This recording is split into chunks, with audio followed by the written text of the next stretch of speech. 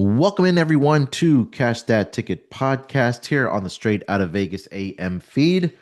Tuesday, May 26th, 2026, back here for the podcast. Did take the day off yesterday, a little reset, a little mental break here, but we're ready to close out the month of May strong as we'll have June 1st next Monday, if I'm not mistaken, Uncle Dave. But been a good week of betting if you have been on subscription packages for myself over the weekend there. I know Friday's pod wasn't the greatest as I did go solo with best bets, but we'll put that in the past and we'll get ready for tonight and going forward. Do have one NBA game tonight, game five between the Spurs and the Thunder of the Western Conference Finals. And of course, we'll get into MLB as well. But I try to do this alone, but sometimes I just can't. Joining me as always is Uncle Diamond Dave Essler. Uncle Dave, how's it going? Yeah, it's going great. I'm glad to be back. I know the check cleared, so I was waiting for that. So I'm back. I mean, I don't like to work for free, but you know, I'm just happy to be here. I enjoy talking to you. I enjoy working with you. I enjoy listening to what you have to say. So it's always fun. Yeah, it took I think I turned the Friday pod into I think 45 plus minutes by myself just rambling on. So hopefully that got people through their work day on Friday if they were working. I know it was obviously Memorial Day weekend there, so but it was fun. But like I mentioned, yeah, I'd rather have you here with me breaking all of this down. Um Let's start with last night quickly. Obviously, the Knicks take care of business against the Cleveland Cavaliers in a four-game sweep. They punched their ticket to the NBA Finals, the first time since 1999. So I know New York City and New York in general was just a very, very happy town last night. So they'll get some well-deserved time off. They won 11 games in a row in the postseason, and we'll find out who they will play with between the Thunder and the Spurs, who are at war right now at two games apiece. As I mentioned, Game Five here tonight. Let's start there, Uncle Dave. Let's start in the NBA, and we'll start breaking down and handicapping Game 5. San Antonio did even up the series after dropping Game 3 on their home floor, but it was a very good defensive effort from the San Antonio Spurs in Game 4 here. But the series now shifts back to Oklahoma City right now. The Thunder on DraftKings are a 4.5 point home favorite with a total of 216 and a half. Injury report for the Spurs, nothing on their injury report. For the Thunder, Jalen Williams is officially listed as questionable tonight. We'll see if he ends up playing. And then AJ Mitchell, some bench depth for the Oklahoma City Thunder, is going to be out tonight. He's been dealing with an injury. So no AJ Mitchell tonight. We'll keep an eyes and ears open for Jalen Williams, who is listed as questionable. And Uncle Dave, now it turns into a best of three series. The Thunder have game five, and if it does get to a game seven on their home floor. But what are your thoughts on this matchup here tonight between the Thunder and the Spurs? Yeah, I don't know here. I mean, if I'm looking at the market kind of likes San Antonio, if I'm being honest. I mean, it opened OKC minus 5.5, and it's kind of hung there, but just this morning it's come down to 4.5, and I'm sure that uh, much of that is due to uh, the Thunder having a couple of key players probably not playing tonight, or at least one. So, is that enough to make me take San Antonio? Well, first of all, probably not, only because I could have had 5.5, and now I can only get 4.5, and that's a problem for me. I wrestle with that every day. But I look at the total, and it's you can get 217. You can actually get 217 and a half at some road books, and I'm going to take that under all day. I mean, you just look at what the Spurs have done. I mean, they scored a buck 22 in game one, kind of took Oklahoma City by surprise, and of course that took extra time to do that. But then 113, and then at home 108 and 103. So I think Oklahoma City is going to have to be relying on their defense tonight more than their offense, and they don't want a fast-paced game. I think they control the tempo. I think the game stays under. I would be inclined to take the Spurs team total under as well. And I think under is the right play. I mean, if you just look at, the first game, 219.5, it sailed over. 213.5, it went over. 219.5, it went over. Then 219.5, it looked it stayed way under.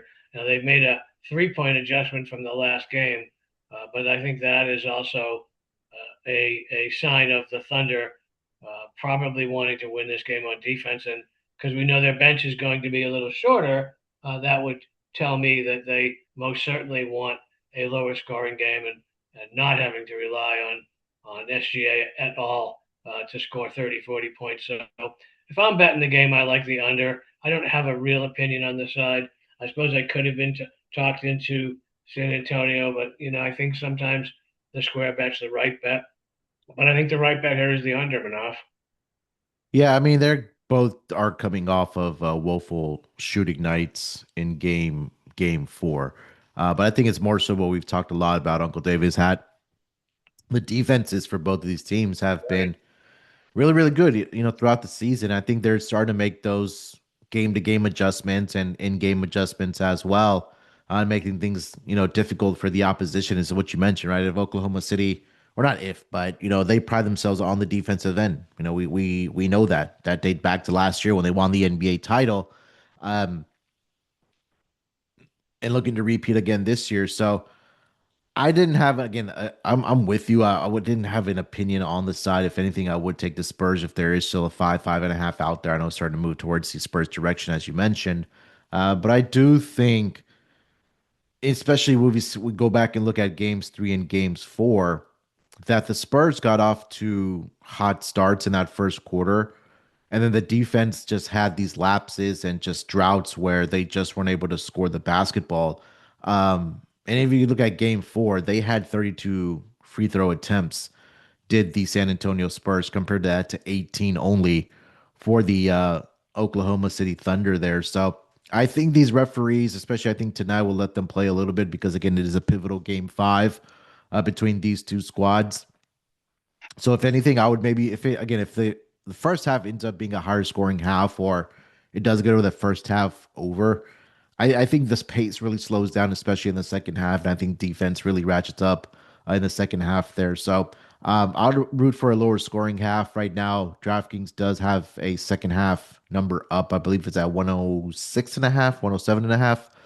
So I do think it does end up getting under the total. I think my favorite play would be the second half under in this game. If you had a gun in my head, I'd take the points with the Spurs here tonight, if anything.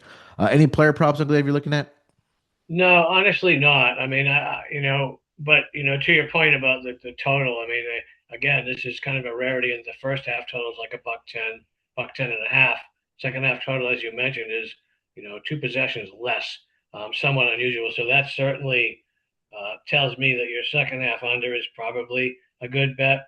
And I think the defensive intensity, another thing that I failed to mention, is probably ratcheted up. I think they have the energy to do it, right? Because in Yeah. that last game, like nobody played much more than 30 minutes. So I think that just kind of underscores our lean to the under. I mean, as far as a player prop goes, I don't know. I don't know what to make of any of this off the last game. So I'm going to I'm going to leave that up to you. Yeah, I was trying to find a rebounds and assist combo prop for De'Aaron Fox. I know he missed the first two games in Oklahoma City, where they played this series, but I just haven't. Let me see. Here we go. Rebounds and assist. So right now for De'Aaron Fox, it's only listed at 9.5. First two games of this series, when he played in game three, 7 rebounds and 6 assists. And then in game four, he had 10 rebounds and 5 assists. So clear that number rather easily.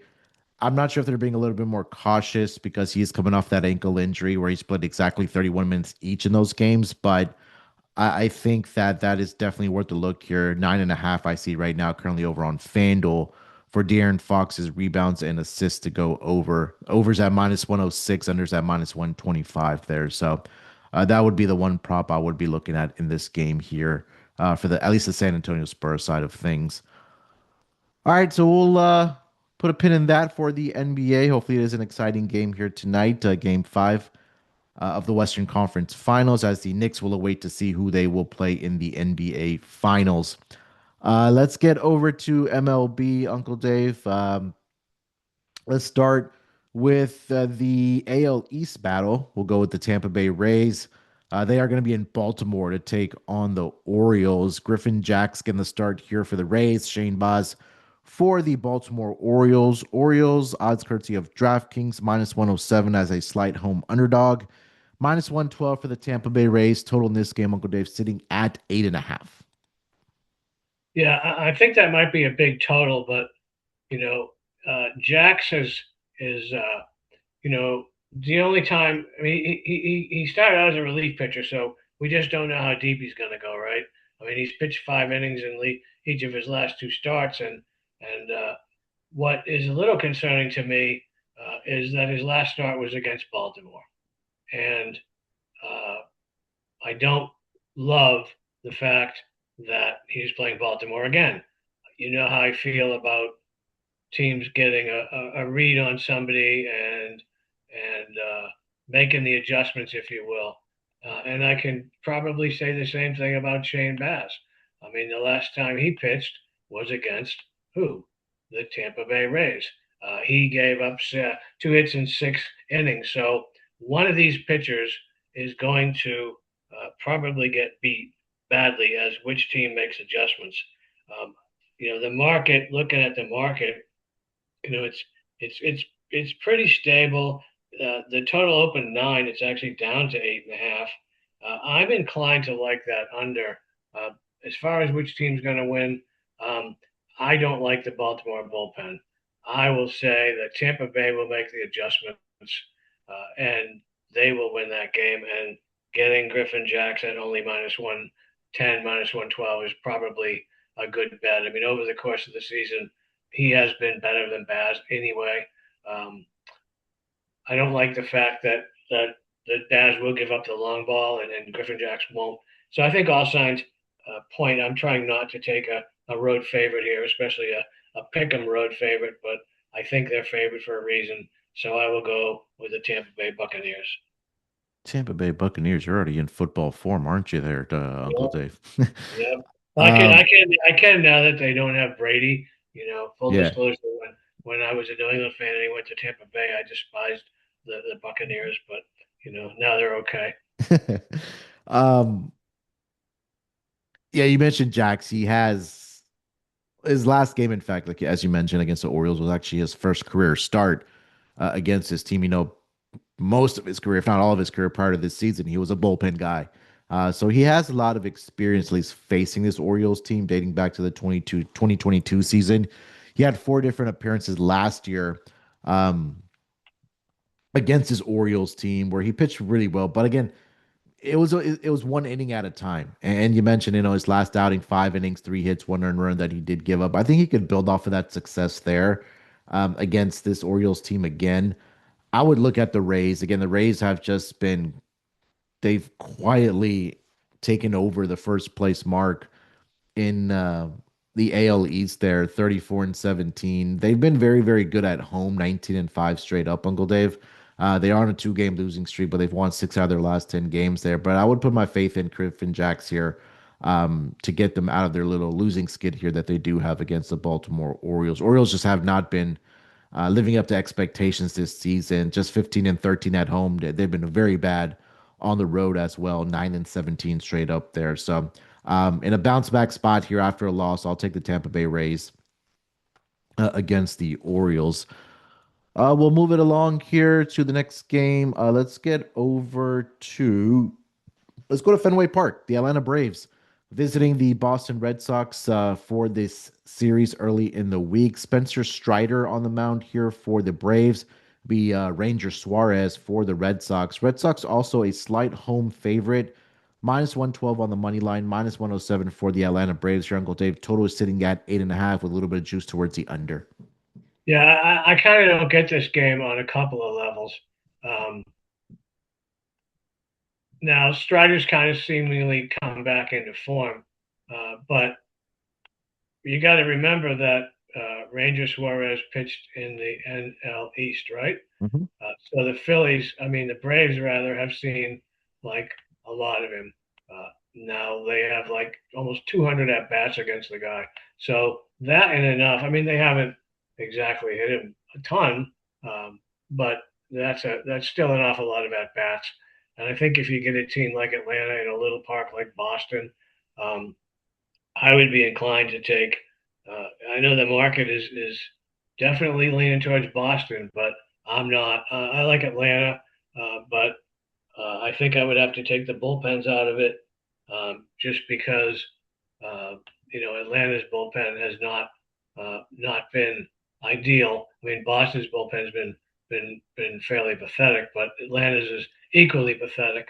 So I'm definitely liking Atlanta in the first 5 innings, and the total's kind of gone up a little bit. I think some of that is the fact that you got some wind in Fenway blowing out to left center, which, as we know, is never a good thing for pitchers. But I don't expect these pitchers to give it up too early.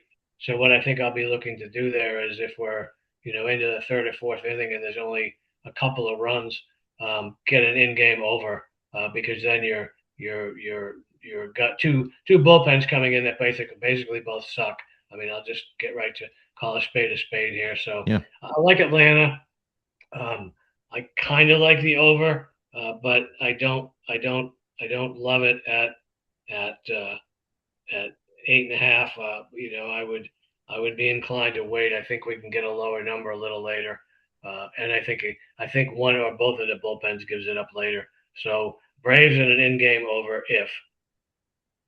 Yeah, I struggled with this one a little bit, but you made the great point that Ranger Suarez, or you could say the other way as well, that the Braves have seen a lot of Ranger Suarez when he was pitching for the Phillies in that AL East division. It was really feast or famine because you kind of go back and look at his game log, where there was starts where he gave up 4 to 5 earned runs per him, and then he has his last 3 starts. I think combined, he only gave up 2 earned runs to the Atlanta Braves. Um, Strider coming off of the obviously Tommy John, he's made 4 starts, so he's gotten some wins under his belt. In fact, the Braves have won all 4 starts that he's made thus far this season for this team. The walks are still a little bit of a concern for Spencer Strider. He's issued at least 2 walks in each of his 4 starts this season.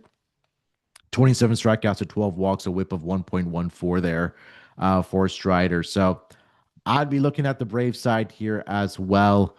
Um, and again, as you mentioned, if you are able to find an 8, maybe closer to go game time or even in game, over would be worth a look here as well. But as far as the side, I'd be on the Brave side in this game against the Red Sox.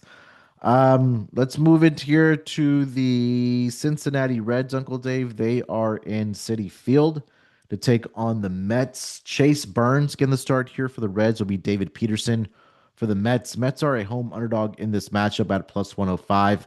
Minus 126 on the money line for the Reds. Total is 7.5. Choose towards the under here, Uncle Dave. Yeah, I mean, I love Chase Burns. I think I've been on him most of his starts, and I just wonder, at some point if things don't look too easy, right? I mean, he hasn't given up more than one earned run in 5 starts, and he's faced some decent competition. You know, faced Washington, who's raking the ball. The Phillies last outing, who quite frankly is better than their record. Obviously um, not they're not elite hitting yet, but they have the upside.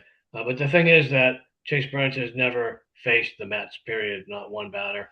So I am going to unequivocally go with the Reds in the first 5 innings. I mean, there was a time I probably would not have touched uh, betting against David Peterson, but I think that ship has probably sailed. I mean, he's his whip this season is 1.55. That's not good. I know he's been better Yeah. lately, a lot better, and against the Yankees and at home. Uh, but I'm not ready to go ahead and endorse him as a play. Uh, it's not like I mean the Reds haven't seen a ton of him, but they've seen him, and the Reds are actually pretty good against lefties. So I think I would take the Reds first 5, and I would be inclined to look at the under as well. Yeah, David Peterson, and I touted him a couple seasons ago when the Mets were in the playoffs, where he was doing really well, kind of in that hybrid role or utility role, either getting a starter coming out of the bullpen. But since then, he got off to a very rough start during this season, at least, and he's bounced back at least in the month of May, um, where he's only given up 5 earned runs in 18 innings pitched. So obviously, this will be his last start in the month of May after an atrocious April for him, where he allowed 22 earned runs in that span there. But you look at Chase Stearns; he's been very, very, excuse me, good this season for the Reds. 6-1 with a 1.83 ERA, a WHIP that's below 1, 64 strikeouts at 10 walks. Um, and again, it's how much can you do you really want to trust this Mets team with your hard-earned money, right? I know there was that losing streak that they did have, and they've fallen well below expectations thus far this season. Where they're only sitting at 22 and 32, the 3 games under 500, especially, or sorry, at home. They've lost 4 games in a row. There's 7 games under 500 on the road. And meanwhile, for this Reds team, they're battling in that NL Central division. I mentioned this on every single pod that we do, but every single win is going to matter because 1 through 5 is only separated by 4.5 games in that division there. So, um, I'll take the Reds here. I feel like I do have the better pitcher on the mound here. Maybe if I look at a Reds team total over, but I think they can squeak one out here, 4-2, 4-3. I think it does get under the total, but I think that the Reds do get the job done in this game. Let's go to the Yankees and the Royals, Uncle Dave. It'll be Cam Schlittler on the mound for the Yankees. Bailey Falter looking to get the start here for the Royals. Royals are a plus 168 home underdog, minus 205 on the money line for the New York Yankees. Total is sitting at 8.5 in this one, Uncle Dave. Yeah, I mean, I'm not going to overthink this one. I'm taking the Yankees in the first five minus a half a run. I mean, who's been able to hit Schlittler? Nobody. Uh, Bailey Falter, hasn't even really been starting. I mean, he started last game with 2 innings, 4 hits, 2 runs. Um, 2 innings against the Cardinals, he didn't start. 3 hits, 1 run. I mean, he's just not great. Uh, and Schlittler is, and in as much as I am a fan of the Royals, the Yankees have seen Bailey falter quite a bit. Trent Grisham's 3 home runs and 5 at bats. So let's just leave it there. Even Jazz Chisholm's even got one, and he's kind of chasing. So I look at that and I look at like Judge has a couple at bats, no hits. Volpe, Ben Rice 1 for 4. If it's the other guys, if you will. They all seem to have had some success against some Goldsmiths 4 for 9. So I'm not really relying on Judge and Rice. I think the Yankees kind of wiped the floor with them. And as much as I do love the Royals, I can't hear against Schlittler. So I'll take the Yankees in the first five minus the half run. Yeah, well, I do have a two-star play up for this game over at pregame.com.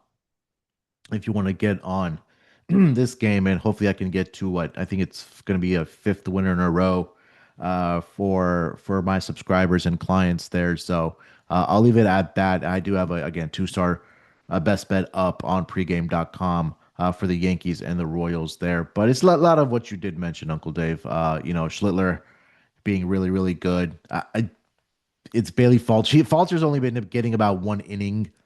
He's looking like he's a spot starter, and then I think they turn it over to the bullpen for this Royals team. But even if he does go a couple innings, I'm not sure that he'll be able to really slow down the Yankees offense, who has, yes, over the last couple of weeks been a little bit a shell of themselves. But I think this is an opportunity, especially in this series, for them to break out a little bit here. So I'll leave it at that for the Yankees and the Royals. Let's go to the NL Central, Uncle Dave. Cardinals-Brewers here tonight. Michael McGreevy on the mound for the Cardinals will be Kyle Harrison for the Brewers. Brewers are a minus 192 home favorite, plus 157 on the money line for the Cardinals. Total is sitting at 8 in this one, Uncle Dave. Any thoughts on Cardinals Brewers? I do, as fate would have it. I like McGreevy. I mean, I wasn't sure that I would, right? But you look what he's done, and I mean, it's easy to like Harrison, right? I mean, we'll get to him in a second, but McGreevy has pitched extremely well, and I think his ERA is under 1. Okay, he gave up 3 runs against the Pirates. Okay, perhaps a little bit of an anomaly there, but in the 4 previous starts, he went 24 innings, gave up two runs, and he shut out the Dodgers. He only gave up 1 run in Sacramento. Nobody does that. And he shut down the Padres. Everybody's kind of been doing that. And please tell me the Red Sox aren't going to trade Chapman and Duran for Fernando Tatis. That would make me pick another baseball team, although I probably should anyway. But the fact of the matter is, neither the Brewers haven't seen him at all, I believe, and I also don't believe that the Cardinals have seen Harrison at all. So I would be inclined to take that under. Maybe the Brewers in the first 5 minus a half run, but I don't think we're going to see a lot of runs in that game either. So, yeah, I like the under there. What do you mean you don't want Fernando Tatis Jr. coming over to Fenway Park and hitting 50 home runs as soon as he Well, gets traded there? I mean, that wouldn't be bad either. So we just lose 8-7 instead of 2-1. Yeah, Um, I mean, Chapman's been beast mode. I mean, yeah. he's pitching like he had been all year. So, why give him up? I mean, the Red Sox got to do something, but I don't think that's it. No, Um, I think that seems to me like 100% desperation. And if Tatis has, you know, he thinks he gets shit in San Diego.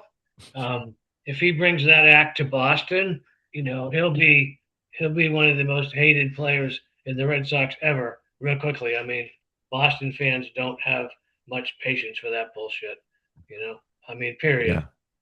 100%.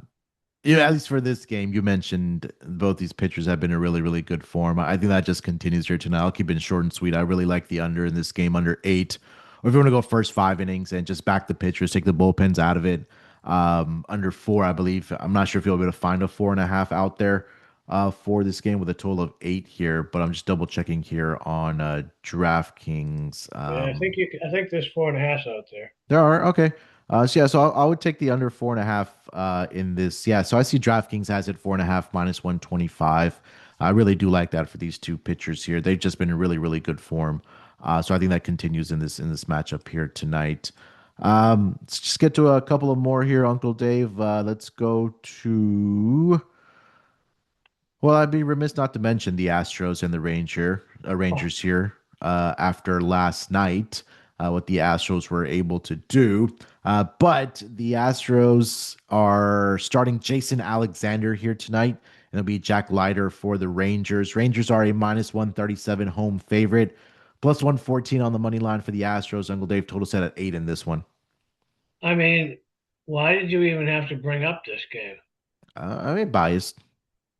I guess. I mean, it's one game, and I looked at the board, and I'm like, okay, well, why are we doing this? I mean, you know, okay, so Alexander didn't look good against the Orioles, didn't look good against the Dodgers, but he shut down the Twins last time, right? I mean, he does have an upside. Um, how much of an upside, I honestly don't know. I like Leiter quite a bit, um, at least in most circumstances. Um, but I don't know. I mean, Houston is not an offensive machine right now, right? No. But they did just beat Leiter like a week and a half ago at Houston. Um, Leiter, matter of fact, Leiter beat them 7-3. I think I'm reading that backwards. So I'm always looking for the team to make some adjustments. So part of me has to do kind of the SpongeBob thing here, right? Um, I don't trust Leiter in as much as I want to because there is something there. Um, I think I would take the Texas team total over, uh, and it's 4.5, but you can get DraftKings 3.5 minus 154. I think that's a pretty good bet. I mean, Alexander's not likely to pitch deep. You get the Astros bullpen in there behind him. I don't love the Rangers, offensive sort of, the way they're not hitting the ball, but I guess I have to bet against Alexander. And what'll probably happen is he'll have another pitch. He'll have another game like he did last week, and shut somebody out because Texas can be shut out. So I say that with an asterisk. I'll take Texas and the Texas team total over 3.5. Yeah, And I'd probably have to lay the minus 130 ish, but again, I don't love doing it. Um, I would have been more inclined to take the under, which ESPN, Hard Rock, a few of those books still do have 8.5 and 8. I guess it's only a push. So I don't know how I can say I like the under when I like the Texas team total over. I think it's just a knock on Houston's offense. So I'll leave it there and let you put a pin in that game. Your Astros. yeah. I mean, well, coming off of the combined no hitter yesterday, there's only one direction to go for the Rangers there. I think the answer, the remedy to that may just be Jason Alexander. I mean, you mentioned the numbers, right? He gave up 5 earned runs each to the Orioles and the to the Dodgers, shut out the Minnesota Twins here. But I think there's an opportunity, at least early on, for the Rangers to get to him in this game here. So, if anything, I'd look at the Rangers side. I know the Astros maybe emptied the clip last night with scoring 9 runs in that game, and now they're going to get shut out in back-to-back games. But honestly, the offense has looked pretty good for this Astros team, dating back to that series against the Cubs, where I went old school, Uncle Dave. I was driving around doing some errands last week, and I turned the radio broadcast on. Um, and obviously, the wind was blowing in at Wrigley Field yesterday, and there were some balls that were hit by the Astros that could have left the fence if it was no wind. So it feels like the Astros offense starting to pick up a little bit. So I'll be interested to see how they do respond now going forward after being very, very, very bad in the early part of May for this Astros team there. So, but if anything, I'd look at the Rangers side as well. I think you have a good call there on the Rangers team total over if you want to go first 5 innings. Team total over if your books do offer that. But I think it'll be the Rangers side here for me in this game. Okay, we do have Severino on the mound here at West Sacramento. We know how that goes. Mariners and the A's here tonight. Emerson Hancock for the Mariners. Luis Severino for the A's. A's are a slight home favorite, minus 112. Minus 108 on the money line for the Mariners. Total at 9.5 with juice on the under. Any thoughts on Mariners A's? Yeah, I mean, how do you not take Hancock, right? I mean, I I guess how do you not take him? I mean, he has had overall he's pitched really well, right? But the A's have seen him. They've hit him a little bit.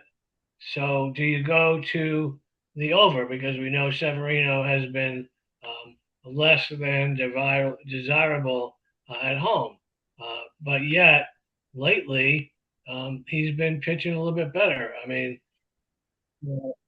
I I would have to think.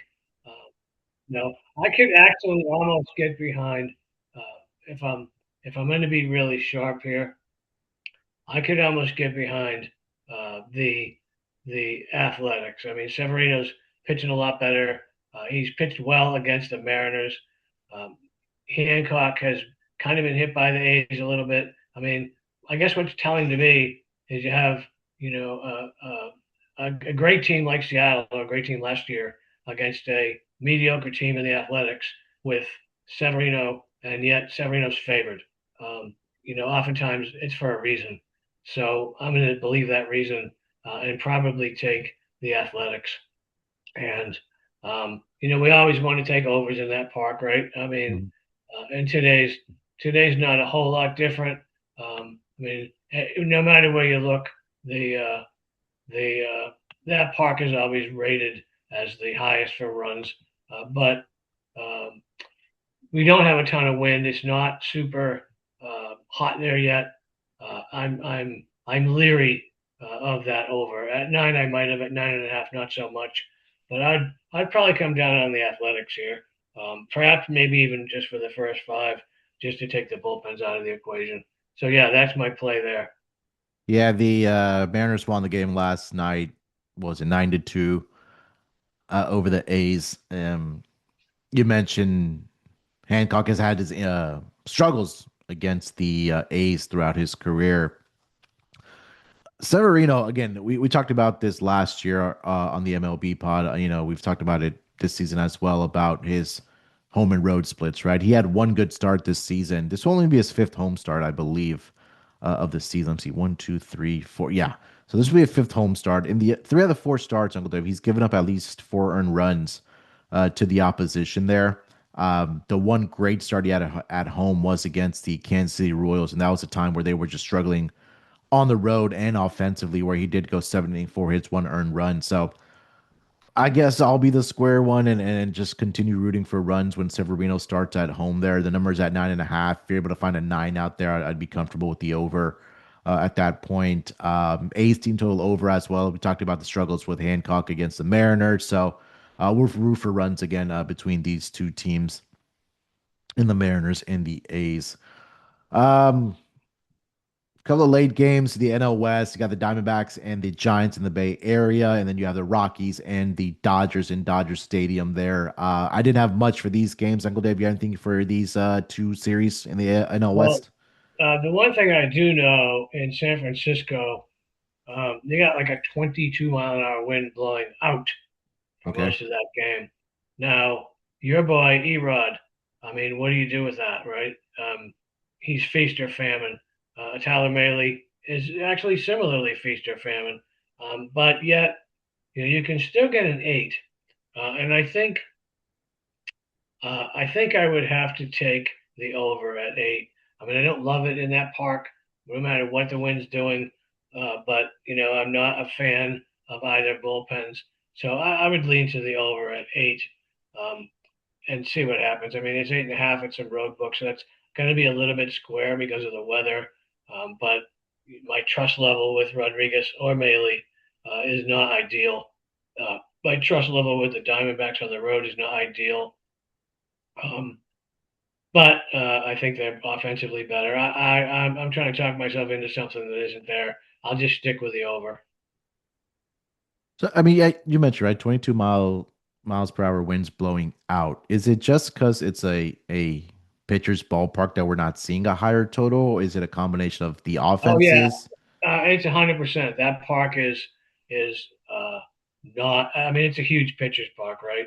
Yeah, I mean, and here we are uh, looking at this massive wind blowing out, but I mean the temperature is only going to be in the mid 50s, right? yeah, So what does that mean? Well, and it's in San Francisco, so the humidity is uh, kind of up there a little bit, which is not always ideal for balls going out. I mean, the humidity there is actually, I think, is as high as any stadium. Let me look. Yeah, it's the highest as any stadium. Well, I take that back. Baltimore will be very humid tonight, but I think I think it's the humidity. I think it's the ballpark, and I think it's the pitchers.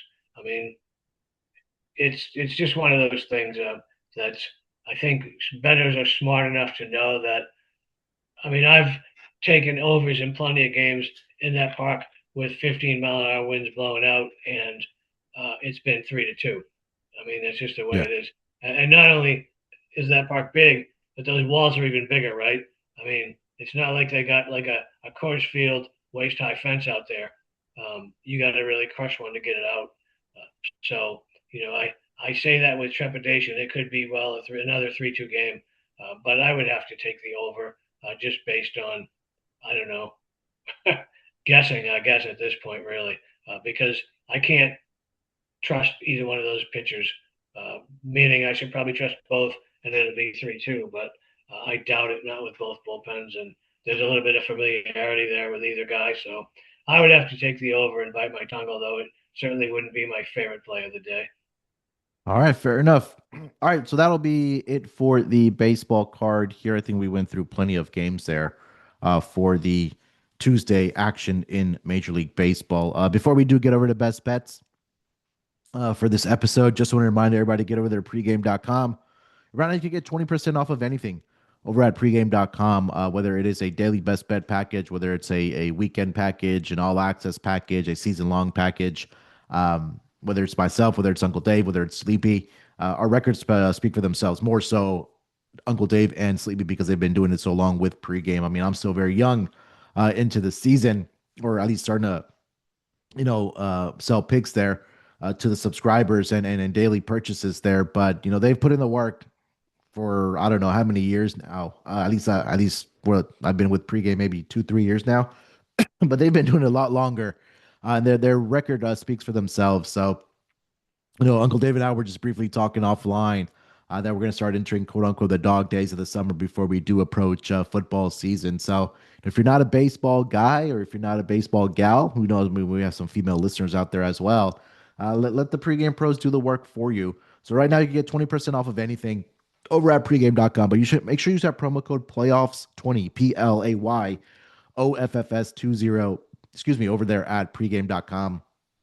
Knock off an extra 20% off of that price there. So again, it's good through, I believe, tonight, but make sure, again, get over there, pregame.com, use that promo code playoffs20.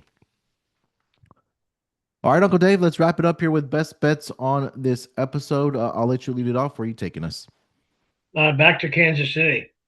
Yankees first five minus a half run. I mean, we know Schlittler's been good, right? I mean, opponents are only hitting 185 off of him this year.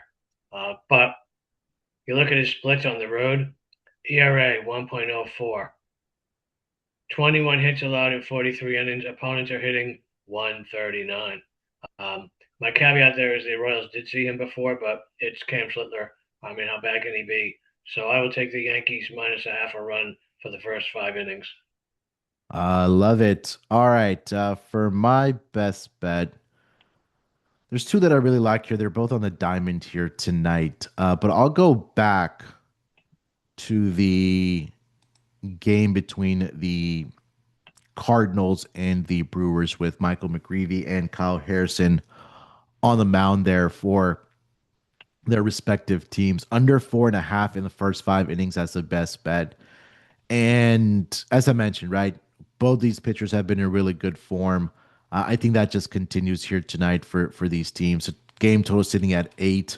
I would not be surprised if we see a 3-2 type of final here or something in the um, you know 4 to 5 runs being scored here tonight.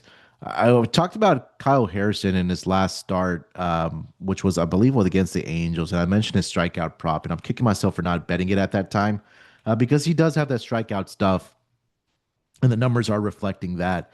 And again, McGreevy, we mentioned it. He's coming off of maybe his worst start of the season, which he only allowed 3 earned runs, and that's kind of telling you how well he's been doing this season for the St. Louis Cardinals there.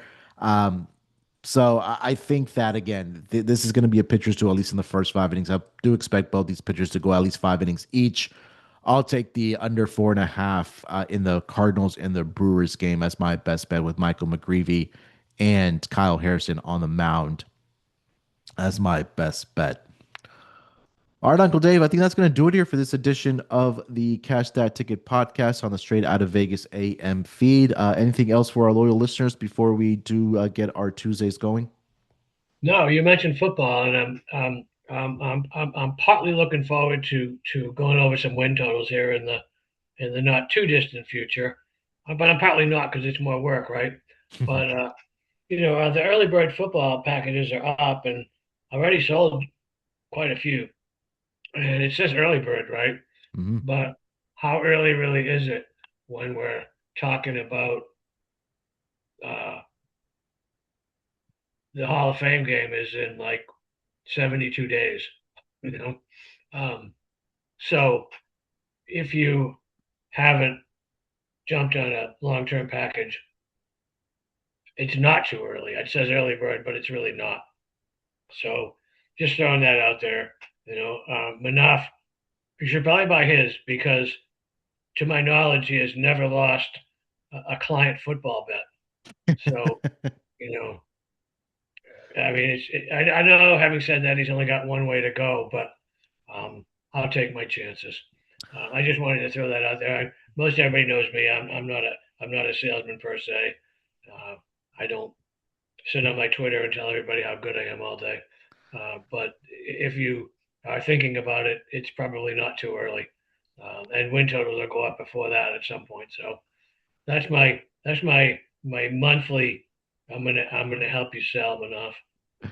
Yeah, it's been a pretty good start at pregame for me as a pregame pro, 10-5 year to date. I know 3-star bets have been doing very well as well. So, and I was telling you this last night. I was like, I'm bracing myself for that cold streak coming. But as I say, ride the highs and then don't get too down on the lows there. Just continue your process and winning. But I do see Uncle Dave on your NFL 3-star total winners. You're 86%. So if you just want to back Uncle Dave on his 3-star total plays for the upcoming NFL season, he's been crushing it. So we'll start getting into NFL win totals fairly soon here. Uncle Dave we'll talk about that offline and see where we want to fire that one up. But as you mentioned, the Hall of Fame game not too far away with NBA winding down and baseball in full swing there as well. So definitely excited.